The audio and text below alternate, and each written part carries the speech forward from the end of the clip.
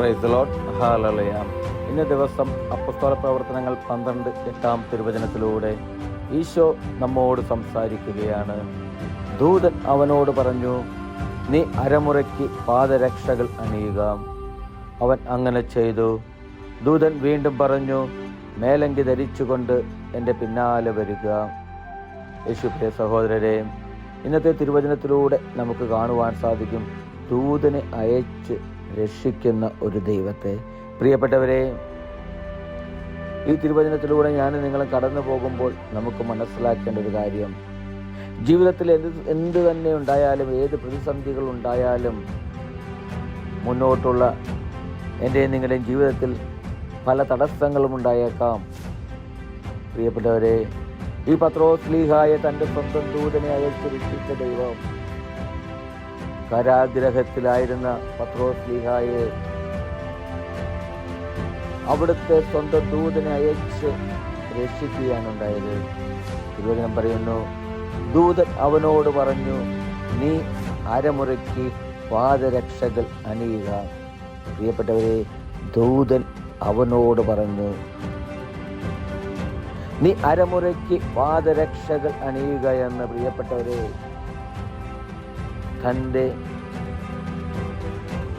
വിശ്വസ്തനായ, തൻ്റെ പ്രീതിപാത്രമായ ആ പത്രോസ്ലീഹായെ രക്ഷിക്കുവാനായിട്ട് സ്വർഗത്തിൽ നിന്നും ദൈവം തൻ്റെ ദൂതനെ അയച്ച് ആ കാരാഗ്രഹത്തിലേക്ക് അയച്ച് അവനോട് പറയുകയാണ്, നിന്റെ അരമുറക്കുക എന്ന്, നിന്റെ പാദരക്ഷകൾ അണിയുക എന്ന്. പ്രിയപ്പെട്ടവരെ, എൻ്റെയും നിങ്ങളുടെയും ജീവിതത്തിൽ പലവിധ പ്രതിസന്ധികളും നമ്മുടെ ജീവിതത്തിൽ ഈ കാലഘട്ടത്തിൽ നമ്മൾ മുന്നോട്ട് പോകുമ്പോൾ ഉണ്ടായേക്കാം.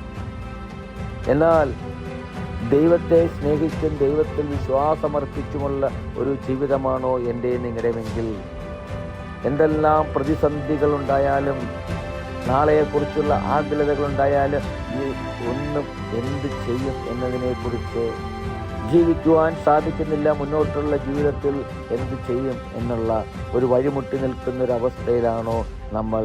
പ്രിയപ്പെട്ടവരെ, തൻ്റെ ദൂതനെ അയച്ച് ദൈവം അവിടുന്ന് എന്നെയും നിങ്ങളെയും രക്ഷിക്കും. വചനം അതാണ് പറയുന്നത്. അവിടുത്തോട്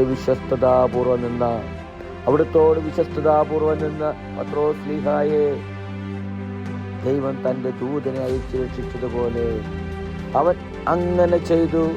ദൂതൻ വീണ്ടും പറഞ്ഞു, മേലങ്കി ധരിച്ചുകൊണ്ട് എൻ്റെ പിന്നാലെ വരികയാണ്. പ്രിയപ്പെട്ടവരെ, പത്രോസ്ലീഹായോട് ദൈവം തൻ്റെ ദൂതനെ അയച്ച് ആ കാരാഗ്രഹത്തിൽ നിന്നും അവനോട് പറയുകയാണ്, നിന്റെ മേലങ്കി ധരിച്ചുകൊണ്ട് എൻ്റെ പിന്നാലെ പോരുക എന്ന്. പ്രിയപ്പെട്ടവരെ, ഇതിനൊരു കാരണമുണ്ട്. സഭ ഒന്നടങ്കം അവന് വേണ്ടി പ്രാർത്ഥിക്കുന്നൊരു കാലഘട്ടമായിരുന്നു അത്. കാരാഗ്രഹത്തിലായിരുന്ന പത്രോസ്ലീഹായ്ക്ക് വേണ്ടി ഉപവസിച്ച് പ്രാർത്ഥിക്കുന്ന ഒരു ജനമുണ്ടായിരുന്നു. പ്രിയപ്പെട്ടവരെ, ഞാനും നിങ്ങളും വീണു പോകുമ്പോൾ, അല്ല നമ്മുടെ കുടുംബത്തിൽ പ്രതിസന്ധികൾ ഉണ്ടാകുമ്പോൾ, നമ്മൾ മക്കൾ തകർന്നു പോകുന്നൊരവസ്ഥയിലാണോ, അങ്ങനെ ഏതെങ്കിലും വേദനിക്കുന്ന അവസ്ഥയിലൂടെ ഞാനും നിങ്ങളും കടന്നു പോകുമ്പോൾ പ്രാർത്ഥിക്കുവാൻ, ഉപവസിച്ച് പ്രാർത്ഥിക്കുവാൻ എനിക്കും നിങ്ങൾക്കും സാധിക്കണം. അങ്ങനെ ഞാനും നിങ്ങളും പ്രാർത്ഥിക്കുമ്പോൾ ദൈവം തൻ്റെ ദൂതനെ അയച്ച് ആ കഷ്ടതയിൽ നിന്ന് നമ്മളെ ഓരോരുത്തരെയും കാത്തുരക്ഷിക്കും. ഹല്ലേലൂയ, ആമേൻ.